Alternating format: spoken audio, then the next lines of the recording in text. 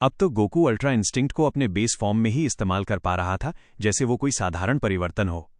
ये सब इसलिए संभव हो पाया क्योंकि गोकू ने अल्ट्रा इंस्टिंक्ट को सुपर साइयन अवस्था से मिला दिया था। चूंकि अल्ट्रा इंस्टिंक्ट एक स्टेट है ना कि एक ट्रांसफॉर्मेशन, इसलिए उसे कायोकेन की तरह मिलाकर और भी ताकतवर बनाया गया। जब गोकू और दाइशिकन बाहर निकले तो वहां 18 अलग अलग यूनिवर्स के गॉड्स, एंजल्स और उनके स्टूडेंट्स खड़े थे। भीड़ में गोकू ने बीरस, वीस और वेजिटा को देखा। साथ ही चांपा, वॉर्डोज और यूनिवर्स 11 के कुछ वॉरियर्स भी मौजूद थे।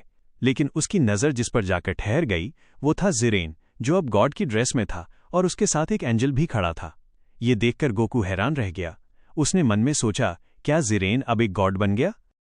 तभी सभी लोग एक बहुत ही खास पल के गवाह बने, एक नए गॉड के जन्म का। जेनो-सामा ने खुद गोकू को नया गॉड बना दिया। इससे गोकू की पावर और भी ज्यादा बढ़ गई और अब वो जेनो-सामा की पावर के 25% तक पहुंच गया था। सब लोग गोकू की ओर हैरानी से देख रहे थे। उसकी उम्र अब 24 साल की थी, लेकिन वो 18 साल का युवा लग रहा था क्योंकि उसके साइन जीन्स ने उसे और भी निखार दिया था। जेनो-सामा ने उसका परिचय सभी गॉड्स और एंजल्स से करवाया। इस बीच वाडोज मुस्कुराते हुए बोली, मैं तुम्हें कभी माफ नहीं करूंगी गोकू। एक दिन मैं तुमसे उस हार का बदला लूंगी। गोकू भी मुस्कुराया और बोला, जब चाहो मुझसे लड़ सकती हो वाडोज, मुझे कोई दिक्कत नहीं। और हां, उस दिन के लिए मैं माफी चाहता हूं। उम्मीद है कि मैं तुम्हारा दिल किसी और अच्छे काम से जीत सकूं। तभी भीड़ में एक आवाज गूंज उठी। गोकू थोड़ा चौंक गया क्योंकि ये आवाज उसे जानी पहचानी नहीं लगी। एक महिला मुस्कुराते हुए बोली, तो तुम ही हो वो गोकू जिसकी बातें पूरा यूनिवर्स करता है? मुझे खुशी है कि आज मैं तुम्हें सामने से देख रही हूं। गोकू ने हैरानी से पूछा, तुम कौन हो और तुम मुझे कैसे जानती हो? मैंने तुम्हें पहले कभी नहीं देखा। मेरा नाम नीन है और मैं यूनिवर्स 18 की गॉड हूं। गोकू मुस्कुराया और बोला, अच्छा, तो तुम वही गॉड हो जिसकी जगह मुझे लेने का प्रस्ताव मिला था। लेकिन चिंता मत करो, अब यूनिवर्स 18 मेरी प्राथमिकता नहीं है। मैं अब यूनिवर्स 19 का गॉड बन चुका हूं। नीन थोड़ी नाराज दिखी और बोली, मैं भी यूनिवर्स 19 चाहती थी, पर जेनो-सामा ने मना कर दिया। उन्होंने कहा कि मैं तैयार नहीं हूं और अब एक सायन को वो स्थान मिल गया। ये कैसे मुमकिन है? गोकू ने हल्की मुस्कान के साथ जवाब दिया, बहुत आसान है। तुम्हारी पावर उस लेवल की नहीं थी और मैं बहुत ज्यादा पावरफुल हूं। मैं ये घमंड से नहीं कह रहा, बस ये एक सच्चाई है। नीन को गुस्सा आ गया, इतना घमंड मत कर। तू बस इसलिए पावरफुल बना है क्योंकि तुझे दाइशिकन ने ट्रेनिंग दी। अगर वो ट्रेनिंग ना होती तो तू आज भी सिर्फ एक मूर्ख मानव होता जिसे गॉड की कुर्सी यूं ही दे दी गई। गोकू अब सीरियस हो गया और बोला, सच में ऐसा सोचती हो तुम? तो आओ मुझे आजमा लो और खुद देखो मेरी असली ताकत। बेशक, अगर तुम्हारे अंदर इतनी हिम्मत है कि मुझसे लड़ सको। नीन ने तीखे लहजे में जवाब दिया, तुम जैसे बच्चों को हराना मेरे लिए बच्चों का खेल है। मैं तुम्हें खत्म कर दूंगी और साबित कर दूंगी कि मैं सबसे पावरफुल गॉड हूं। तैयार हो जाओ सायन। गोकू फाइटिंग पोज में आकर बोला, तो फिर चलो नीन, ये मुकाबला शुरू करते हैं। लेकिन गोकू की बात अधूरी रह गई क्योंकि नीन ने भी फाइटिंग पोज अपनाया और अपनी पूंछ दिखा दी। ये देखकर गोकू चौंक गया, तुम भी एक सायन हो? उसने हैरानी से पूछा। लड़ाई शुरू होने से पहले जेनो-सामा ने एक खास डिफेंस कवर बना दिया जहां वे दोनों अपनी पूरी ताकत का इस्तेमाल बिना किसी नुकसान के कर सकते थे। गोकू ने सुपर सायन गॉड से शुरुआत की, जबकि नीन ने सुपर सायन फॉर्म से। दोनों एक दूसरे पर पंचों की बरसात करने लगे। बढ़त नीन को जल्दी समझ आ गया कि गोकू ताकतवर है, इसलिए उसने सुपर सायन ब्लू में ट्रांसफॉर्म किया। उसने गोकू के पेट में एक जोरदार पंच मारा जिससे गोकू लड़खड़ा गया। जवाब, गोकू ने भी सुपर सायन ब्लू धारण कर कमान संभाल ली और नीन को जमीन पर गिरा दिया। नीन ने भी अपनी पूरी शक्ति झोंक दी और मुकाबला बराबरी का हो गया। तभी गोकू ने अपना रूप सामान्य कर लिया और आंखें बंद कर लीं। सब चौंक उठे, गोकू ने अल्ट्रा इंस्टिंक्ट एक्टिव कर लिया था। नीन की ताकत देखकर वेजिटा भी हैरान था क्योंकि उसकी शक्ति उम्मीद से कहीं ज्यादा थी। नीन ने एक ही सेकंड में सैकड़ों पंच मारे और फिर एक स्फीयर ऑफ डिस्ट्रक्शन से हमला किया। धमाका इतना जोरदार था कि जमीन हिल गई। नीन ने मुस्कुराते हुए कहा, देख लिया गोकू, मेरी पावर तुमसे कहीं ज्यादा है। लेकिन गोकू बिना किसी चोट के धुएं से बाहर आया और बोला, बहुत समय बाद ऐसा दर्द महसूस किया है। तुम मेरी सोच से ज्यादा पावरफुल हो, लेकिन अभी भी मेरे लेवल तक नहीं पहुंची। गोकू जोर से चिल्लाया और सुपर साइन ब्लू इवोल्यूशन में बदल गया। नीन ने फिर भी उसे चकमा देकर एक जोरदार किक मारी। नीन ने कहा, अब खेल बहुत हुआ गोकू, अपनी असली पावर दिखाओ। गोकू ने अपनी मुट्ठियां भींची और कायोकेन 50 गुना 50 टाइम्स का इस्तेमाल किया। पूरी जगह एक भयानक एनर्जी से भर गई। गोकू पलक झपकते ही नीन के सामने आया और उसके चेहरे पर एक पावरफुल पंच मारा। हमला यही नहीं रुका, गोकू ने तुरंत टेलीपोर्ट होकर उसकी पीठ पर प्रहार किया। वो दर्द से चीख उठी, लेकिन अगले ही पल गोकू की एक जोरदार लात उसके पेट में लगी, जिससे नीन की सांसें रुक गईं और उसके मुंह से खून निकल आया। उसे संभलने का मौका भी नहीं मिला, क्योंकि गोकू ने तुरंत एक हैमर पंच मारा, जिससे नीन जोर से जमीन से टकराई और वहां एक बड़ा गड्ढा बन गया। गोकू बोला, मुझे लगता है कि तुम्हारी स्किल्स अच्छी हैं, क्योंकि तुमने मेरा हमला चकमा दे दिया, लेकिन अफसोस की बात यह है कि अब तुम शायद लड़ाई जारी नहीं रख पाओगी। तभी नीन गोकू के सामने आकर खड़ी हो गई।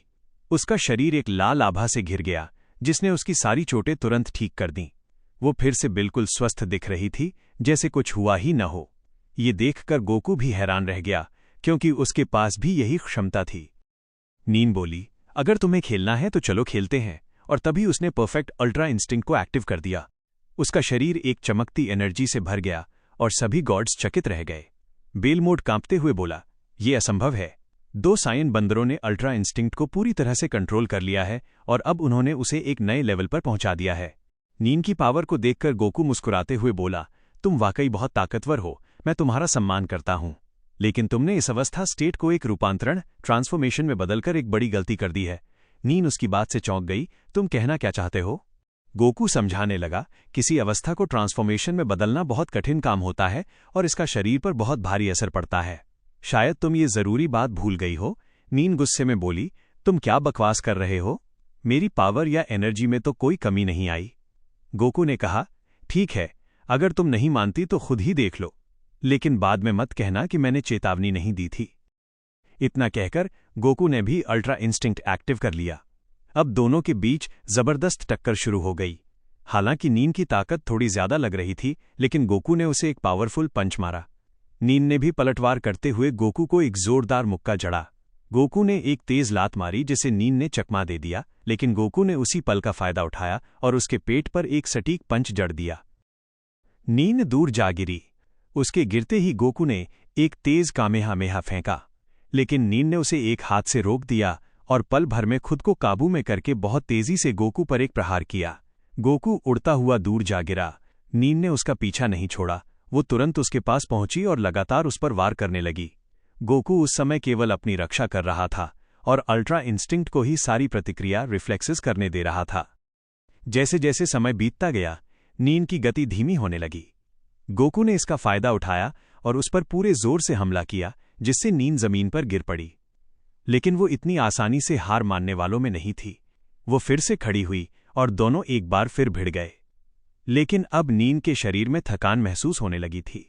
भले ही उसकी पावर कम नहीं हो रही थी, लेकिन उसे ऐसा लग रहा था जैसे उसका शरीर अब उसका साथ नहीं दे रहा। ये देखकर दाइशिकन ने कहा, लगाता है आप लोग समझ नहीं पा रहे कि क्या हो रहा है। चलिए मैं बताता हूं। जब कोई व्यक्ति अल्ट्रा इंस्टिंक्ट जैसी अवस्था को ट्रांसफॉर्मेशन में बदल देता है, तो उसकी एनर्जी की खपत ज्यादा नहीं होती, क्योंकि मसल्स अधिक नहीं बढ़ती। केवल पावर बढ़ती है, लेकिन वह पावर शरीर के अंदर से उसे धीरे धीरे खा जाती है।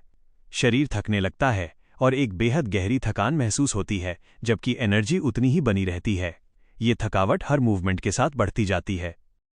दाइशिकन ने आगे चेतावनी दी, नीन, बेहतर होगा कि अब तुम हार मान लो, क्योंकि गोकू ने ये लड़ाई जीत ली है। अगर तुम और आगे बढ़ी तो ये पावर तुम्हारे शरीर को नष्ट कर सकती है। ये इतनी घातक है कि एक आम व्यक्ति के लिए ये हाकाई एनर्जी जैसी है। ये सुनकर सभी गॉड्स और एंजल्स हैरान रह गए। नीन के पास अब कोई रास्ता नहीं बचा था। उसने हार मान ली। इस तरह गोकू विजयी हुआ और वो अब भी बिल्कुल शांत खड़ा था, जैसे कुछ हुआ ही न हो। जब वे सभी जेनो पैलेस लौटे तो गोकू ने नीन के पास जाकर उसका शुक्रिया अदा किया। गोकू ने कहा, बहुत शानदार मुकाबला था। नीन हल्के से मुस्कुराई और बोली, माफ करना अगर मैंने पहले कुछ बुरा कहा हो। मैं बस चाहती थी कि तुम सीरियस होकर लड़ो। बहुत से लोग मेरे खिलाफ डर की वजह से सीरियस होकर नहीं लड़ते, लेकिन तुमने किया। मैं तुम्हें बधाई देती हूं, तुम एक बहुत ही पावरफुल सायन हो।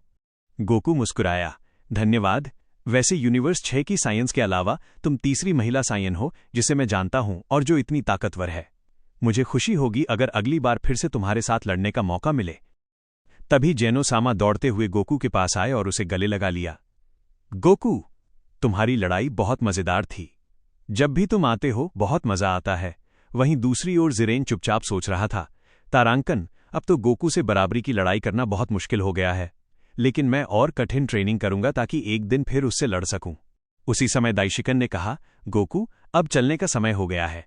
गोकू ने जेनोसामा को अलविदा कहा और फिर गोकू और दाइशिकन अपने यूनिवर्स की ओर रवाना हो गए। आज का एपिसोड यहीं समाप्त होता है। तो दोस्तों, गोकू ने एक बार फिर साबित कर दिया कि क्यों वो पूरे मल्टीवर्स का सबसे अनोखा योद्धा है। लेकिन असली सवाल अब भी खड़ा है, क्या नीन की ये हार सिर्फ एक शुरुआत है? और क्या जिरेन अपनी नई गॉड फॉर्म के साथ गोकू के इस 25% जेनो पावर लेवल को टक्कर दे पाएगा?